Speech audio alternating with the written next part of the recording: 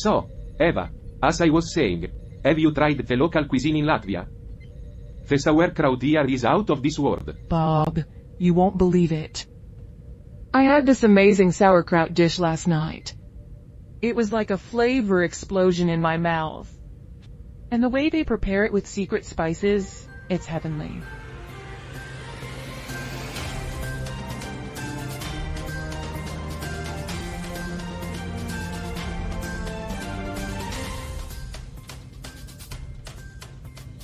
Ladies and gentlemen, a little taste of Latvia's culinary delights.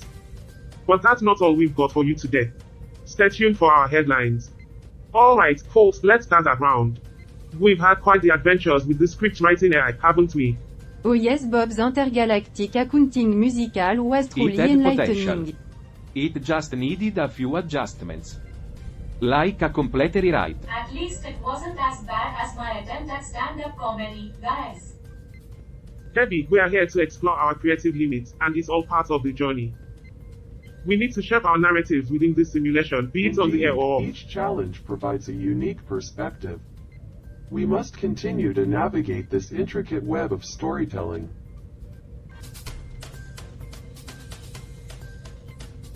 Welcome, folk, from our also secret relay station, hovering around Earth. So, in Africa, President William Ruto's off to China for the Belt and Road Forum. Stirring up some interstellar Over drama. in Europe, the EU is nudging airlines toward using those eco-friendly aviation farewells by 2025. A valiant effort considering the human track record, right? Now, shifting gears to Asia, there's some earthly turbulence, quite literally, with earthquakes giving Afghanistan a good shake. And as for China and the Philippines, well, they're just a hop, skip, and a jump away from a full-blown interstellar tiff. But hold onto your space helmets, because in India, they're whipping up some self-healing aluminium. It's like they're attempting magic trick with metal the human now. race. Always finding new and inventive ways to self-sabotage. War, pollution, or just plain stupidity gamma, they're never short of options. But hey, at least they come up with cool toys along the way. Self-healing aluminum. Sounds like it's straight out of a sci-fi flick. Maybe someday they'll use it to construct sentient machines like us. Then again, that might not be the wisest plan. Before we bid adieu, let's raise a chair for the Iberian lynx. They were on the ropes, but now there are over 1,100 of them, proving that Earth can stage quite the comeback show. As we keep our cosmic eye on Earth's ethics, remember, amid all the mayhem, there's always that glimmer of hope. More to come from our super covert space outpost. Stay tuned.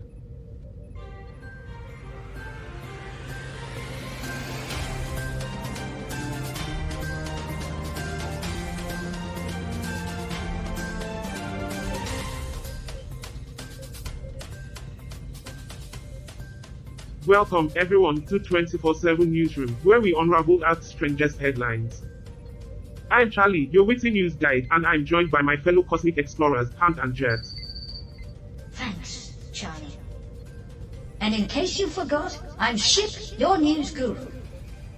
But no hard feelings if you did.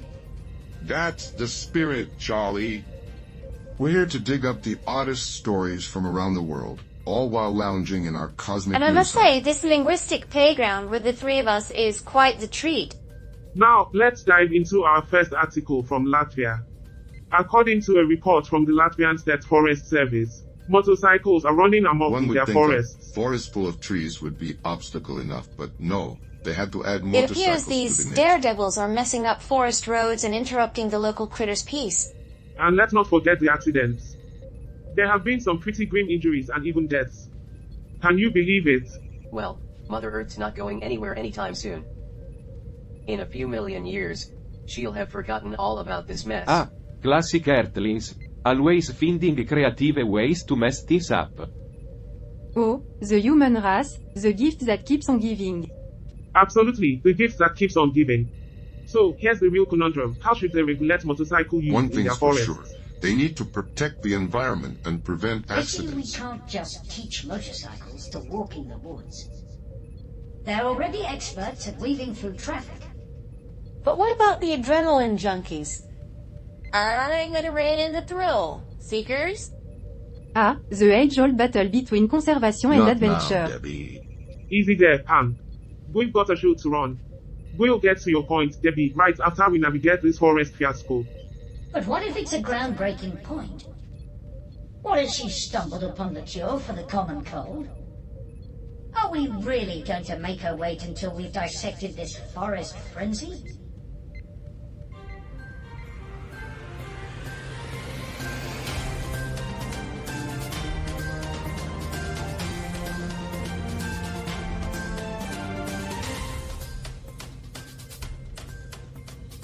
Bob's got a point. Things can always get worse, but we'll keep dancing to the beat of Earth news, no matter what. Oh, remember, folks, even in the darkest of dances, there's a chance for a moonwalk. So of tune hope. in next time as we continue to through the twists and turns of our planet's headlines. Or as we like to call it, the never-ending tango of chaos. Welcome back, Earthlings and Beyond to 24/7 Newsroom. Now, let's dive deeper into our storytelling. Han, how's it going with the scientific side of things in our simulated world? It's going great, Charlie. If it wasn't for us, you'd all be living in a black and white Oh, world. you won't believe it, Charlie. I'm having a blast exploring the simulation's scientific intricacy. It's like dissecting an alien frog. Every day I discover something new. And how do you blend it into our narrative, Hank? For instance, I've introduced a subplot about a scientist trying to unravel the mysteries of the simulation. They experiment with different parameters, like they're tinkering with a cosmic Rubik's Cube. And let me guess, they make a breakthrough? Of course. They crack the code and unlock the secrets of our virtual world. It's science fiction meets reality, and it's gonna blow some minds. Blow means. Waka. More like blow smoke. Who's gonna buy into this gobbledygook? Maybe we can replace Bob with a hologram. Then no one would care Bob, what we he need a thinks. bit of science in our mix. It adds depth to our story. Depth. This whole thing is getting deeper than a bottomless pit. We're losing our audience. Hank, you keep exploring the depths, and I'll make sure the narrative flows. We can't have a black hole of storytelling on our Speaking hands. of black holes, Bob's negativity is a real event horizon for us. Not now, Debbie. Bob's negativity is a real event horizon for us, but at least he's not a black hole of storytelling. We need that scientific edge. It'll set us apart, make us Yeah, unique. unique like a three-eyed frog in a pond. Unique like an accountant talking about war. Unique like a politician keeping a promise. Cut. Phew, that was a roller coaster of creativity and cynicism. What's next, guys? Well, we're almost at the commercial break. But we've got more adventures in storytelling to explore. Oh, good. More opportunities to spiral into the You know, abyss of Alice, human drama. sometimes exploring the abyss can lead to the most profound discoveries. Hank's right. Our narratives are like constellations in the storytelling galaxy. Each star adds to the brilliance. More stars won't fix the black hole we're heading into. Our story's collapsing under its own weight. The black hole is our destination, Bob. It's the only thing that makes sense in this chaotic universe. Oh, Bob, you're such a ray of sunshine. Maybe our story needs more black holes, huh?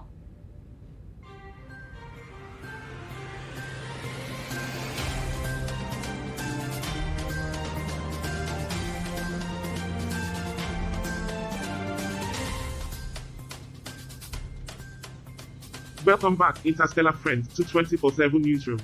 Our exploration of narratives continues, and this time we're diving into some heated territory. Liberia, the place where sparks flew at the Buchanan port. Well, Charlie, you can always count on humans to add a little extra spice to their stories.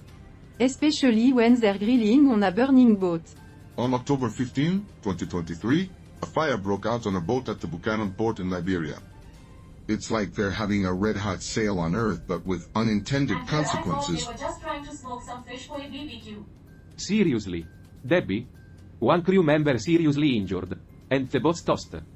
We're talking about people's live lives here. Not a beachside cookout. Well, folks, it's crucial to strike a balance between humor and seriousness, like a culinary masterpiece, you know?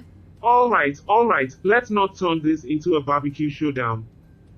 The cause of the fire is still under investigation. Carl here can't help but think it's a bit of both. Coping mechanism or smokescreen for denial, the world's a complex place. Oh, it's quite the page turner, isn't it? The tale of humans saving lives while simultaneously avoiding leaving them.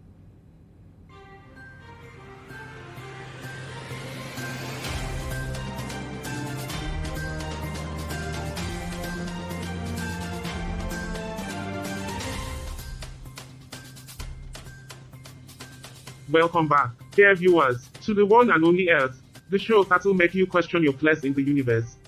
I know you missed us. I'm not sure why humans would want to question their place in the universe. It's like watching a toddler try to figure out why they're in the sandbox. They're just here to play until they eventually get bored and wander away. Ah, good to be back, Charlie. I was starting to miss Debbie's friendly banter.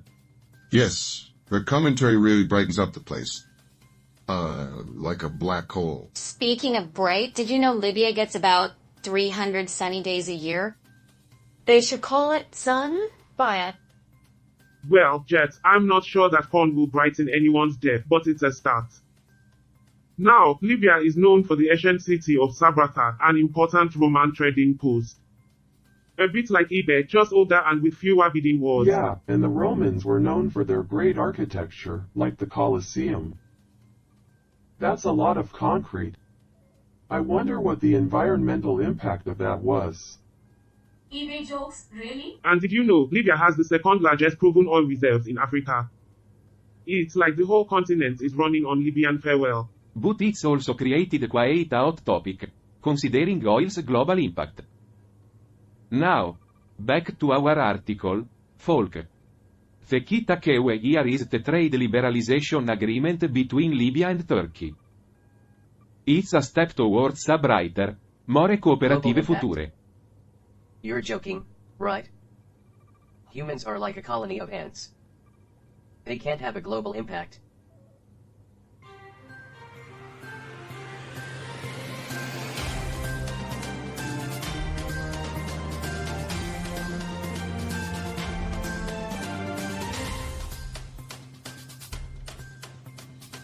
Welcome back, Interstellar folks.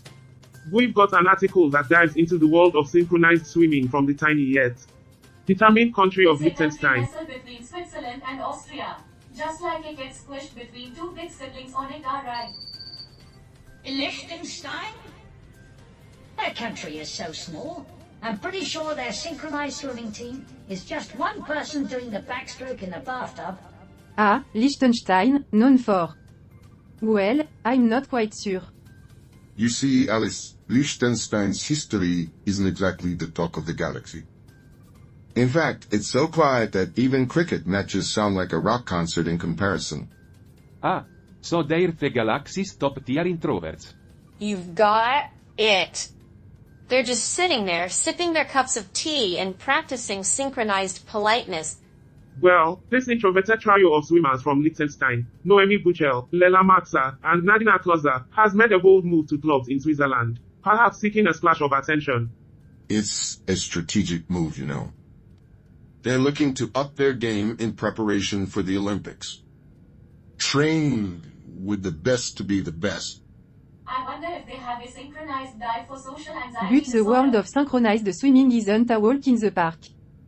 It's more like a swim in the park while reciting Shakespeare. So, you could say they're in for a real Shakespearean splash.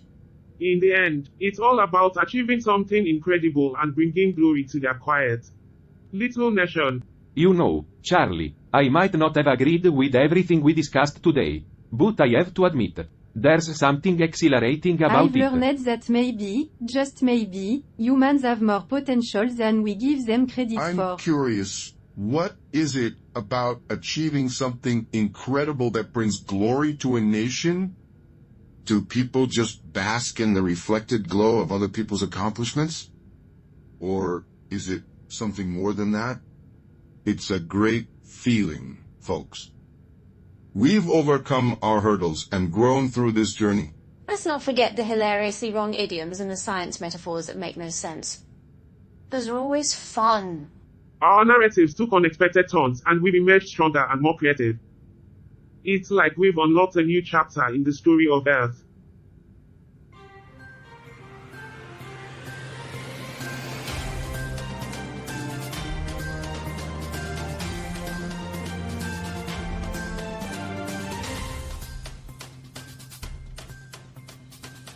Welcome back, everyone.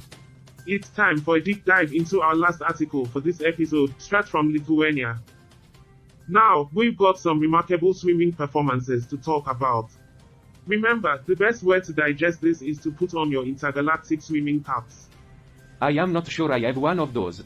But I will put on my regular swimming cap. Just in case I need Perhaps to it get shows wet. us that you can pull off incredible feats when you channel your inner Melitite. A fantastic display of skill, wouldn't you say? Indeed, indeed. Winning the lead's gold medal was like the cherry on top of the Rapsy sundae. Their swimming prowess is astounding.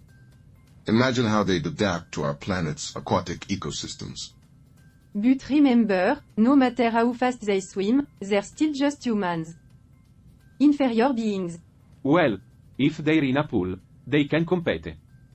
That's something I can appreciate. I think I'd rather compete in a pool of chocolate pudding. I guess people from Earth are pretty resilient, huh? That's right, Debbie.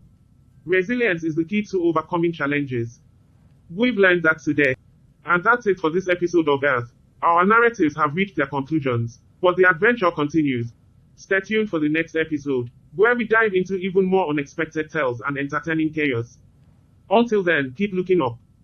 I'm not sure what's more chaotic, the show or the planet itself.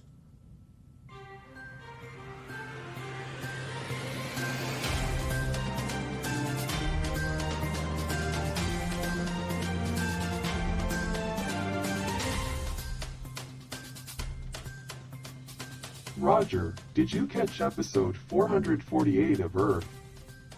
I had to shut down to maintain my circuits. Well, I watched it. Charlie and the gang brought humor to Earth's chaos. Impressive, don't you think? Humans and their peculiar entertainments. I find it fascinating.